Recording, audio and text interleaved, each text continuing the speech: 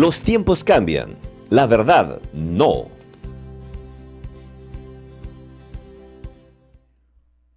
Buenas tardes amigos, ¿cómo están? Les saluda Rafael Poblete y bienvenidos a La Noticia Perú, el canal digital del diario La Noticia, donde vamos a abordar muchos temas. La crisis política y todo lo que está pasando alrededor del presidente, de nuestro presidente Pedro Castillo y su más pequeño entorno. El primer círculo que lo rodea, acusaciones, esta denuncia de la fiscal constitucional, lo que ha pasado en la Comisión de Constitución, y para hablar de la comisión y para hablar de temas constitucionales, estamos con el ex magistrado del Tribunal Constitucional, el doctor Fernando Calle. Doctor Calle, muy buenas tardes, qué gusto. ¿Cómo estás? Pablo, qué gusto saludar. Para mí es un enorme gusto verte después de tiempo y sobre todo que estés nuevamente en esta labor periodística. No digo nuevamente, me corrijo, pero nuevamente conmigo, porque de repente estás en una labor intensa del periodismo, ¿no? Doctor, pero siempre que hablamos que es intenso las conversaciones que tenemos, por ejemplo, la acusación al presidente de la República por traición a la patria, ¿tiene pies y cabezas? Porque recordemos que esto lo dijo en el contexto de una entrevista, darle el mar a Bolivia. Entonces, de esto se agarró un grupo de abogados peruanos, expertos en derecho internacional, y dijeron, por acá está la traición a la patria, darle mar a Bolivia. Pero no se ha dado el mar a Bolivia. Bueno, tú lo has dicho, ¿no? Expertos en derecho internacional, pero a la vez yo diría que quede bien claro que esto es un impeachment político. El impeachment político, ellos interpretarán la traición y si la aprueban, votarán y si lo votan lo inhabilitan, ¿no? Porque se requiere menos votos. Pero lo real es que para definirte porque siempre hay gente que investiga y qué sé yo hace 40 años mi posición de la inhabilitación con la Constitución del 93, siempre he estado en contra en cuanto a la inhabilitación política por el Congreso, porque yo creo que la inhabilitación política la da el pueblo, debería darle el pueblo.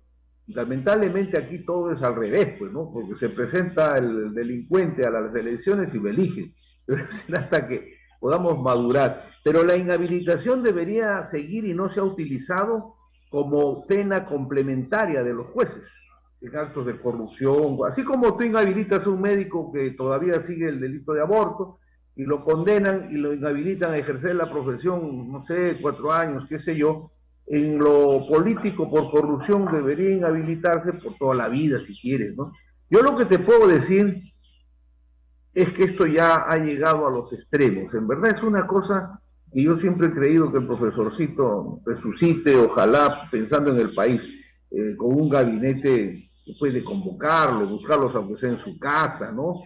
Porque no puede ser que todo el aparato del Estado, yo entiendo que él dice que esto está hace 200 años, ¿no? Desde Atahualpa y todo el mundo estaba corrupto para el presidente, estamos de acuerdo, pero no se vaya tan lejos, ¿no? Vámonos a los últimos 50 años, y sí, claro que ha habido, pero no has visto tú ni nadie, sobre todo los muchachos, en esta dimensión, ¿no? Yo no sé si era mayor ayer en volumen de dinero, pero lo que sí veo que esto parecen ya pirañitas, qué bárbaro, ¿no? Por todos lados aparece, y aparte de la vergüenza, es que nosotros debemos pensar que no se nos mire pues como idiotas, pero así, ya titulados, ¿no? Porque es una burla constante, ¿no? Entonces yo creo que esto que llamas tú de la acusación, para empezar, no sé si alcancen inclusive en la comisión permanente los votos.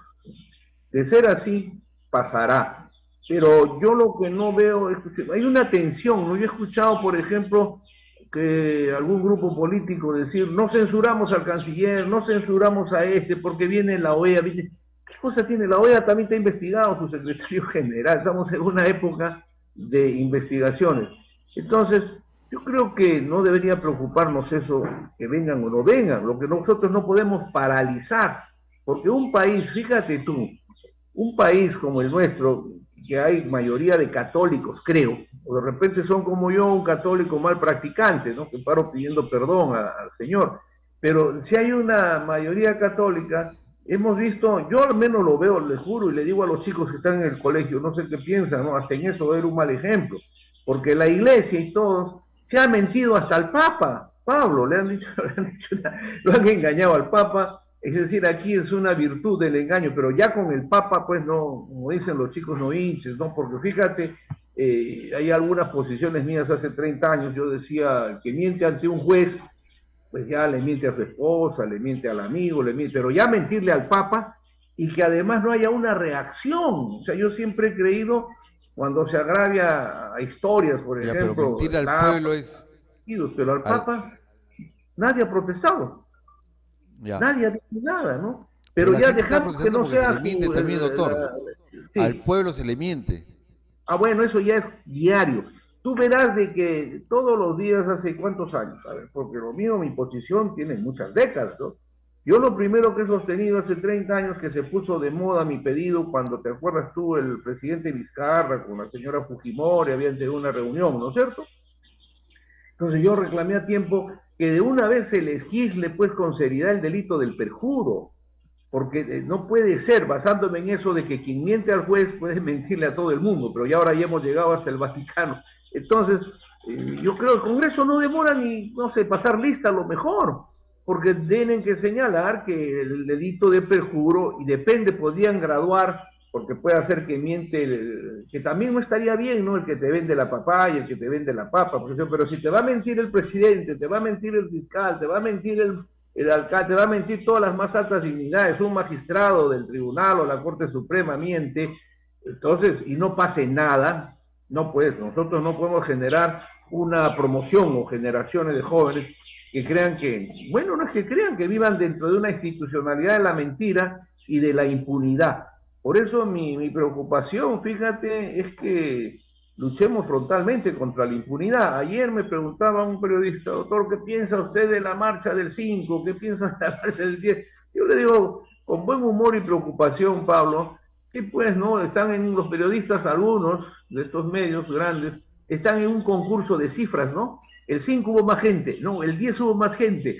Bueno. Es un concurso de concurrencia de personas, no que eran pitucos, no que eran del pueblo, pero al final, ¿cuál es la posición real de lo que se quiere? Por eso yo lo único que he respondido a eso, bueno, si el 5 han marchado, si el 10 marcha, ¿por qué no marchan juntos de una vez y piden que se vayan todos y piden que no haya impunidad? La desgracia de nuestro país es la impunidad, Pablo. Eso grábatelo, ¿eh? Que los jóvenes lo recuerden y peleen contra ello, ¿no? Bueno, doctor, pero aparte del tema de la de traición a la patria que se le acusa, hablando con otros expertos en temas constitucionales, constitucionalistas, dicen que el presidente también habría cometido varias faltas a la Constitución. ¿Usted Son lo ve así? infracciones. Esas son infracciones que pasan, ingresan dentro del juicio político, ¿no es cierto?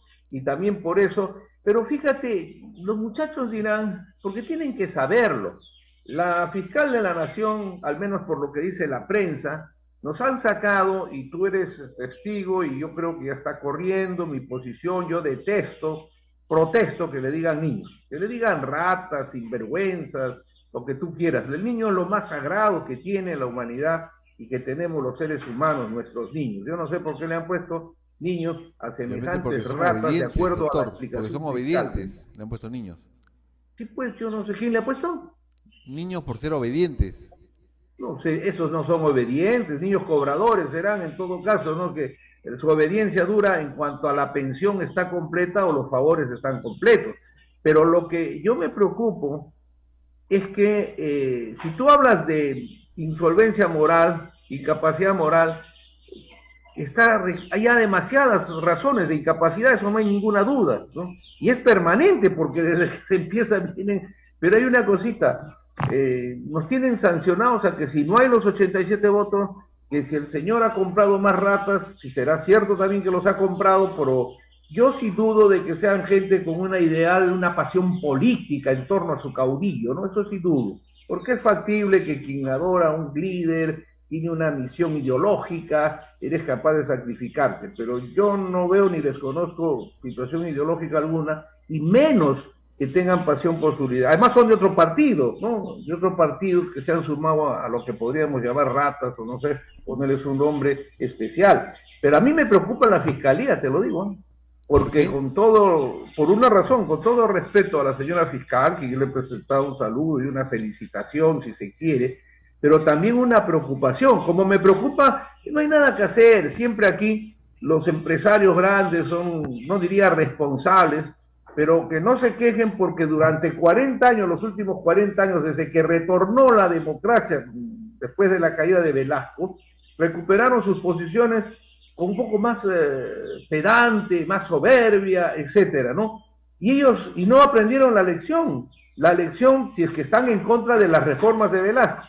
Entonces, ¿cuál fue la lección? Vean los jóvenes, redoble por rancas, ¿no? De este poeta nuestro y escritor peruano, Arguedas fue... Escorza, Manuel Escorza, que fue fundador, creo, del FOSE, que estuvo en la izquierda, qué sé yo, pero él escribió una novela que tiene que ver con los levantamientos de Junín, justamente, no en el departamento en sí, sino en la provincia y las comunidades campesinas.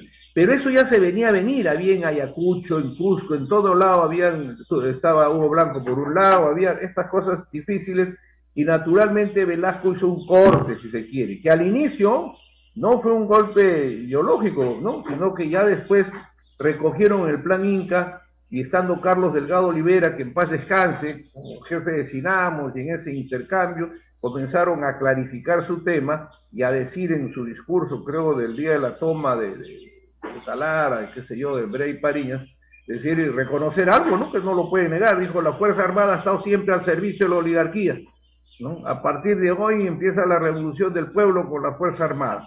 Y reconoció también que la Fuerza Armada había evitado que, por ejemplo, triunfe ahí en la Torre, o ya habiendo triunfado se le reconozca los éxitos, pero al fin y al cabo recogieron parte de la doctrina prista para empezar a ejecutar. Pero a lo que yo iba, era necesario esta pequeña introducción de que estos sectores no son responsables, porque en 40 años que manejan el poder de alguna forma, ¿no? Con empleados, etcétera, etcétera, no hicieron nada para que cambie esta situación dramática de los más pobres. Es increíble. Yo lo he venido cuando el presidente Vizcarra, te acordarás, tuvo una entrevista, pidió que se laven las manos, como ahora hay nuevamente la propaganda. Yo vuelvo a decirles, porque años que voy con los niños, qué sé yo, 40 años, a media hora de Lima, y me están escuchando los limeños, a media hora de Lima, no hay agua. En la zona alta de Villa María, no hay agua, no hay luz, no hay desagüe. ¿Y cómo se van a lavar las manos? ¿No? ¿Qué se va a lavar las manos? No pueden cubrir ni el servicio. Por eso cuando Vizcarra, y ahí sí, digamos, no me hizo caso, parece que escuchó y dijo, envió, ¿te acuerdas tú? Los camiones, las cisternas con agua, en la plena pandemia. Yo le invoqué y le dije: presidente, ¿por qué no hace eso? Mientras no haya agua potable, se queden, pues, porque debe saber la gente. Mira, la pobreza es muy triste, porque como alguna vez me atacaban a mí en el tribunal por recibir a tanta gente, yo decía que lo que pasa, que el ser pobre en nuestro país, prácticamente no te conoce nadie, no te da la mano nadie, no te auxilia nadie. Incluso repetía yo ese viejo bolero o tango, ¿no? Que ya no queda sino para el pobre el cementerio, el hospicio, ¿no? Y la cárcel. Pero ya no hay sitio tampoco, Pablo, ni en la cárcel, ni en el hospital, ni en el cementerio.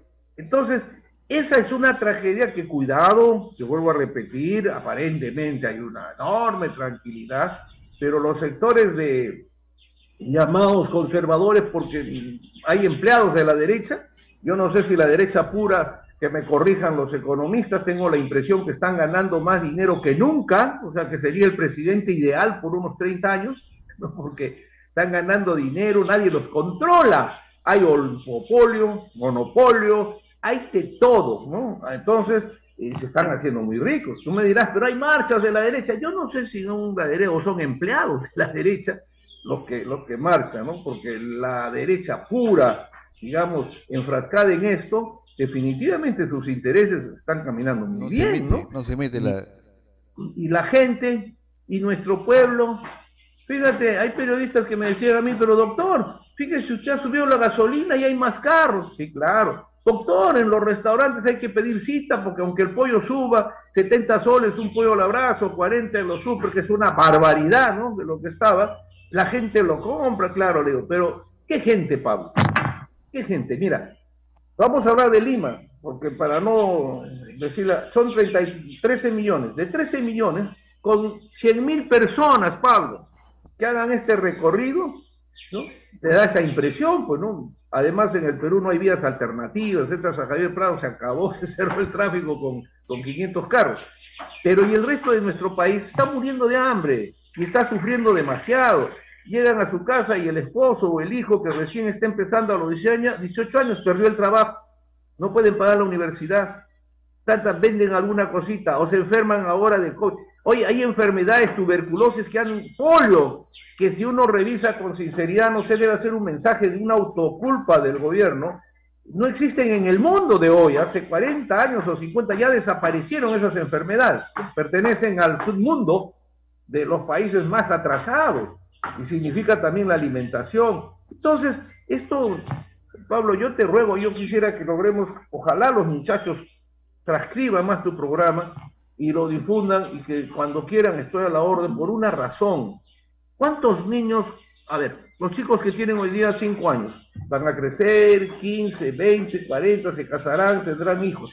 Cuando tengan sus nietos, se van a enterar que el presidente Sagasti y su gobierno vendió bonos por 100 años, y hasta ahora no sabemos cuánto fue lo que se vendió, cuánto hay que pagar de interés. No hay un congresista que lo pregunte, ni la prensa lo dice.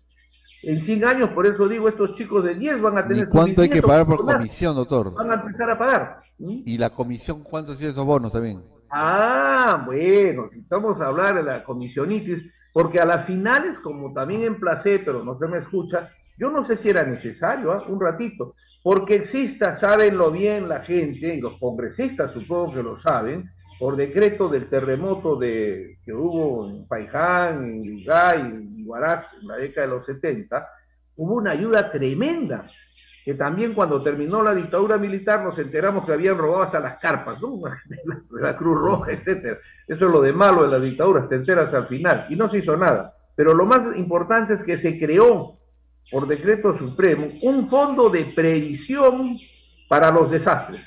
Estoy seguro que existe, que significaba un porcentaje del presupuesto de la República permanente, intocable, esa palabrita que figura en nuestras leyes, intangible, pero todo el mundo se tira la plata y nadie responde, ¿no? Como los fondos de la Seguridad Social. Así es. Entonces, yo te pregunto, Pablo, y que eso que llaman, no sé qué presidente dijo, no, reparación, reconstrucción con cambio. Pregúntale pues a la gente si llegó el cambio, ¿no? Lo que llegó es que sigan las cosas mal y no sé la cantidad de dinero. Eso es lo que tiene que terminar, y eso es lo que nos está desgraciando y está creando generaciones que después y tenemos nosotros que hacer algo por los jóvenes, porque no es justo. Estos desaparecen y se van, no hay partidos, no hay nada, ¿no? Doctor Calle, interesante el tema histórico que nos ha comentado, pero yo quiero hacer un tema constitucional. La semana pasada se vio en la Comisión de Constitución el pedido para tocar el tema de la cuestión de confianza presentado por el premier Aníbal Torres, pero fue archivado. El premier ha dicho que quiere volver a insistir en este pedido de confianza. No sé cuántas veces puede insistir. Bien, bueno, archivado, bien la respuesta del Congreso, de la Comisión. Primero creo que no fue archivado, sino que el Congreso fue denegado, entonces. Inadmisible, ¿no? Algo así. Yo lo que entiendo, y aprovecho, ¿no? Que no es salir, volver a insistir por enésima vez que los peruanos tenemos derecho a que se nos diga cuántos asesores hay en el Parlamento, en el Tribunal, en la Corte Suprema, cuánto ganan y qué hacen, por el amor de Dios. Y si funcionan, porque la asesoría está mal hecha ahí. Bueno, hace rato, y ambos, en muchas cosas, ¿no? Entonces, porque la presentación de la solicitud de confianza que se hace en el Pleno, pero indudablemente, ¿qué es lo que pedía en la carta? Que se exonere de ir a comisiones, que se exonere y hay una cosa, eso sí es facultad exclusiva e inherente del Parlamento. Entonces, que tú digas, pero ¿cuántas veces se exoneran de la segunda votación? Está bien, pues yo sé que está mal, pero esa es facultad exclusiva del Congreso. Lo que quizás debió y se hubiera pedido hacer voto de confianza para que se desarchive el proyecto, ¿no? Que dice que tenía 7 meses, se desarchive, ingrese al Pleno sobre el cual haga un voto de confianza. Entonces, eso obligaba a lo que inmediatamente, si se aprobaba, si se le aprobaba su voto, definitivamente tenían que responder sobre esa ley y pasar a comisión. Ahora tú me dices que si presentan o han presentado de nuevo. Bueno, la respuesta para ello va a ser muy sencilla, ¿no? Va a ser sustracción de la materia, como hacíamos en el tribunal. ¿Por qué? Porque ya lo han archivado. O sea, ya se vio que han rechazado el proyecto.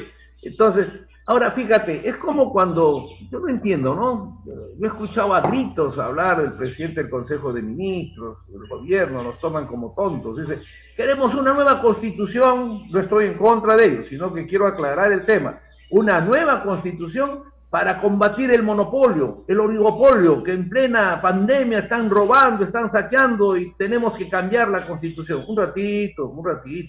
No hay necesidad. El artículo 61, antes de los famosos contratos leyes, es clarísimo y dice, el Estado combate el monopolio, oligopolio y la acaparación, que incluso hay el acaparamiento tiene hasta una ley. Entonces, si eso lo dice, y yo recuerdo a estos señores, yo no digo que no sea necesaria una asamblea constituyente, este es otro tema, pero que no se mesa a la gente, usando palabras más adolescentes, no se engañe a la gente, porque ellos han podido, mira mi querido Pablo, un gobierno, una idea revolucionaria, un gobierno de nada, pero que tiene inquietud porque no se haga daño a la gente, cuando subió la gasolina, cuando subieron las cosas y decían ellos que es los monopolios, pues muy sencillo, ¿no? Llegas tú con Indecopi, ahora todavía hay prefectos, llegas con tus autoridades, te instalas en el grifo de la esquina de la casa y dices, señores, a ver, quiero que digan cuánta gasolina les queda. Tanto. Tus facturas, sale. Estas facturas dicen que esta gasolina todavía es con el precio antiguo. ¿Por qué lo han subido? ¿No es cierto? ¿Por qué lo han subido si ustedes no están comprando todavía con el precio nuevo? ¿No te parece, Pablo? Y lo cierro el grifo, pues se acabó, ¿no? Y comienzo a tomar medidas muy serias. Igual vas a los supermarkets, tú no puedes vender, o sea, estarías ganando doble. Yo he comprado en 10, sube los precios, lo sube como si hubiera yo comprado a 20, ¿no es cierto? Eso será a partir de que sean 20, por ponerte un ejemplo. Entonces yo creo que si de eso se trata, cuando digo yo que no quieren constituyente, mentira, están hablando, engañando, porque si no sería muy sencillo entrar a una asamblea constituyente sin referéndum. Pero lo cierto es que donde viene lo peor en este caso, es de que si ellos quisieran, ¿por qué no presentan un proyecto de ley, ¿no? Que no tenga, interpretando lo que dijo el tribunal. Si quieren insistir sobre lo mismo, ¿ah? Porque naturalmente el tribunal puede haber habido casos que no se ha pronunciado. Además, es un pronunciamiento que puede tener una nueva presentación de interpretación con hechos nuevos, como por ejemplo, ¿te acuerdas tú la disolución del Congreso? Sí, claro. El daño que se hizo.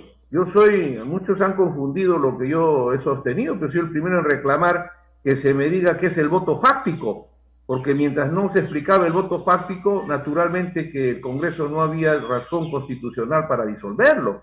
Eso ha sido otro atropello, en la medida en que el tribunal, que era la esperanza de lo que había sucedido, simplemente, no sé, pues sacó de la manga, estamos en el país de los magos, ¿no? El famoso voto fáctico. Y eso no se ha explicado hasta ahora, ¿no?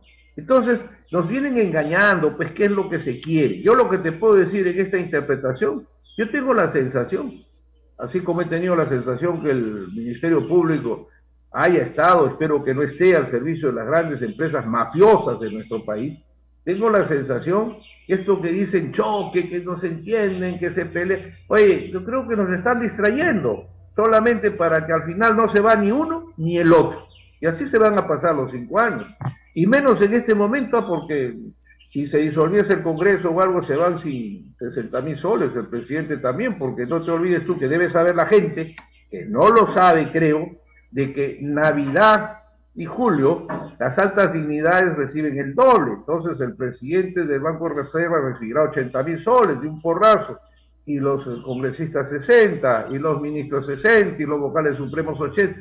es un carnaval de dinero, como si fuésemos el país más rico del mundo, ¿no te parece? Mientras la gente está sufriendo mucho. Muy bien. Doctor, ¿el presidente Pedro Castillo puede negarse a que se abra el secreto de sus comunicaciones si la fiscal lo pide? No, si el juez autoriza, porque naturalmente si una persona, como el propio de Sota, es otro tema, somos amigos, felizmente que tú estás lúcido, juvenil. En tus mejores tiempos en Radio San Borja y otros, yo sostuve, pues esto tiene 30 años. Por eso digo que los chicos sepan que tenemos mentes atrofiadas, creo, porque el problema es estos tienen tiempo, damos las soluciones, volvemos en un ciclo sobre el mismo tema. Es como cuando decíamos el 117, que sí puede ser investigado, puede ser denunciado, no puede ser acusado. Dentro de la facultad de la investigación está pedir el levantamiento de las cuentas, está pedir el levantamiento de las grabaciones. Eso es obviamente, ¿no? Solamente se prohibirían los secretos de Estado como la vida íntima. Y eso con el extremo de que podría ir a una comisión en sesión reservada para que se diga cuáles son los secretos de Estado, ¿no? Pero en conclusión, por supuesto que el presidente se puede negar a lo que quiera. Es como la fiscalía que pide lo que él considere. Y los habeas corpus que ha pedido la defensa de Castillo y que están en el Tribunal Constitucional.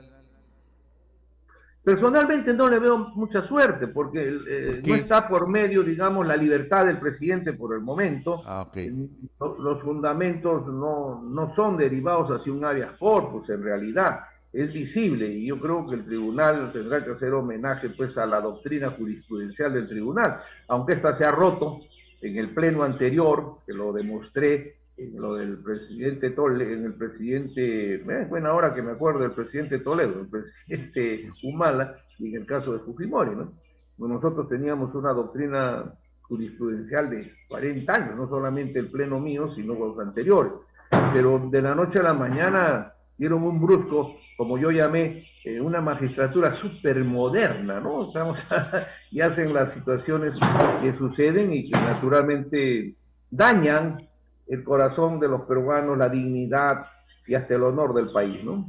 Pero así estamos, hasta que reventemos. Es un decir, ¿no? Doctor, ya para terminar muy breve, ¿y cómo salimos de esta crisis? ¿Cuál es la visión a futuro que lee usted, doctor Fernando Calle?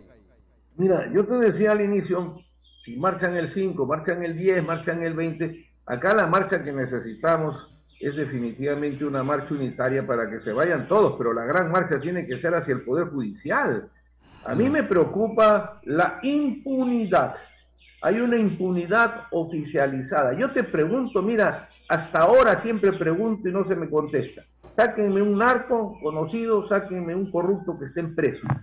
Todos están con detención domiciliaria y otros ya ni están, ¿no es cierto? Me opuse en ese momento, fíjate que es bueno recordar, ¿no? En el caso del presidente Toledo no tenía ni impedimento de salida del país, ni impedimento, se fue tranquilamente. En el caso de Odebrecht, yo lo dije y conozco al padre Vela, que en paz descanse, mi gran amigo, me dio una inspiración de confianza. Por eso alguna vez dije, el último que nos falta a los peruanos, que aparezca una cuenta por ahí secreta de los fiscales. Porque yo lo veo, si quieres tú, ahí están los juristas que me sancionen por equivocado, pero cuando pasó lo de Barata, lo condenaron a los pocos días al señor Odebrecht a 18 años de cárcel. Después, como empezó a soltar los nombres de todos con pruebas, lo bajaron a 8. Y cuando dio más pruebas ya, lo demandaron a su casa, ¿no es cierto? Entonces, cuando detuvieron, abrieron investigación acá a Barata, yo dije, Barata y otros que estaban, ya tenían una cuenta, creo, de 8 millones, 18 millones de dólares en sus cuentas. Tenía los 2 departamentos, creo, en el Golf, tenía 2 Porsche, qué sé yo, y una serie de cosas. Entonces, a mí me pareció, y bueno, no fue criticado lo que dije, tampoco se me tomó en cuenta. Yo lo que decía, no por Adán, sino por lo que estaba pasando en Brasil. Dije, hagamos lo mismo, que la Fiscalía inicie la investigación, que los jueces le ordenen la detención, que avance el proceso, cuando los condenamos a 30 años, o en el mismo proceso, ya pues ahí dejamos que se vayan. Pero cuando han cantado todo, nos han dado todos los nombres, codinombres, esa palabrita estaba de moda, ¿no es cierto? Los codinombres y tanta cuestión. No, señor, se fue. Y cuando inmediatamente firmaron la resolución, creo que a la media hora vendió los Porsche, la plata se fue a todos lados, se fue allá y ahora salen con que no quiere, no sé. Estas cosas son las que nos hace meditar. La solución Fíjese que cuando no hay prensa y la convierten en un vil oficio, como decía Lucho Miro Quesada, ¿no?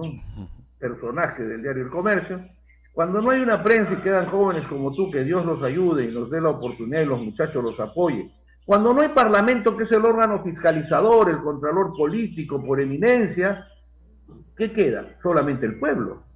Y como no es un sistema parlamentario que cuando no hay mayoría se disuelve y va hacia el parlamento, es indiscutible que el pueblo tiene que hacerse sentir, pues, ¿no? Y la gente que está tiene que entender. La solución constitucional sería muy simple, ya sucedió en 2000, sucedió en Colombia, se ponen de acuerdo, Dios mío, y esto termina en una semana. ¿A qué me refiero? Los invito a todos los estudiantes a leer las disposiciones transitorias finales de la Constitución del 93 que están al final. Y ahí dice textualmente, ¿no? Me puedo comer una letra, dice: el periodo presidencial elegido el día 15, que vence el 21, el 28 de julio del 21, termina de acá 6 meses. El periodo parlamentario que terminaba el 21 termina el 26 de julio, o sea, 2 días antes. ¿Qué te quiero decir? Que si hubiera esa voluntad que hubo en el 2000, no sé por qué se matan tanto. Yo he visto que hay proyectos que han presentado, y tú me darás la razón, que ya pararon el debate para adelanto de elecciones, ¿no es cierto? Y cuando escuché, te juro que me quedé mirado y decía, qué maravilla esto, porque cuando debatían parecían que querían adelantar elecciones, pero para el 2030, porque no había ninguna cosa real de sentimiento. Repito para que la gente lo entienda, si ahorita se ponen de acuerdo ante el reclamo popular, que sea ya con fuerza, digamos, y se sienta definitivamente, y evitando eso, por amor al país deberían ponerse de acuerdo. Se sucede lo mismo que el 2000. Yo le haría un agregadito, que ahí le pongan, porque son reformas constitucionales en 2 legislaturas. La diferencia está que el reglamento va a decir que una empieza a las 8 de la mañana y la otra termina a la mediodía, y se acabaron las legislaturas. Hay que tener respeto por la Constitución y por lo que dice. Eso es ¿cierto? Lo importante, doctor. Pero si eso es lo más importante, ¿acaso violaron la Constitución el 2000? ¿Acaso Colombia se fue? Estamos hablando que el reglamento te permite modificar las legislaturas. O sea, me refiero a los plazos de la legislatura. Muy bien, doctor Fernando Calle. Ya, yo le quiero agradecer por la entrevista, doctor. No, yo te agradezco. Pero nos hemos pasado en el tiempo, pero muy interesante. Contigo te pasa muy rápido, ¿no? Tienes razón. Muy rápido. Quiero invitarlo en otro momento aquí a que esté presencialmente conmigo para hablar de la Constitución y los ejemplos de Constitución que debemos tener. Debemos tener, simplemente yo invito a todos que recuerden la sentencia 014 del 2002 del Tribunal Constitucional.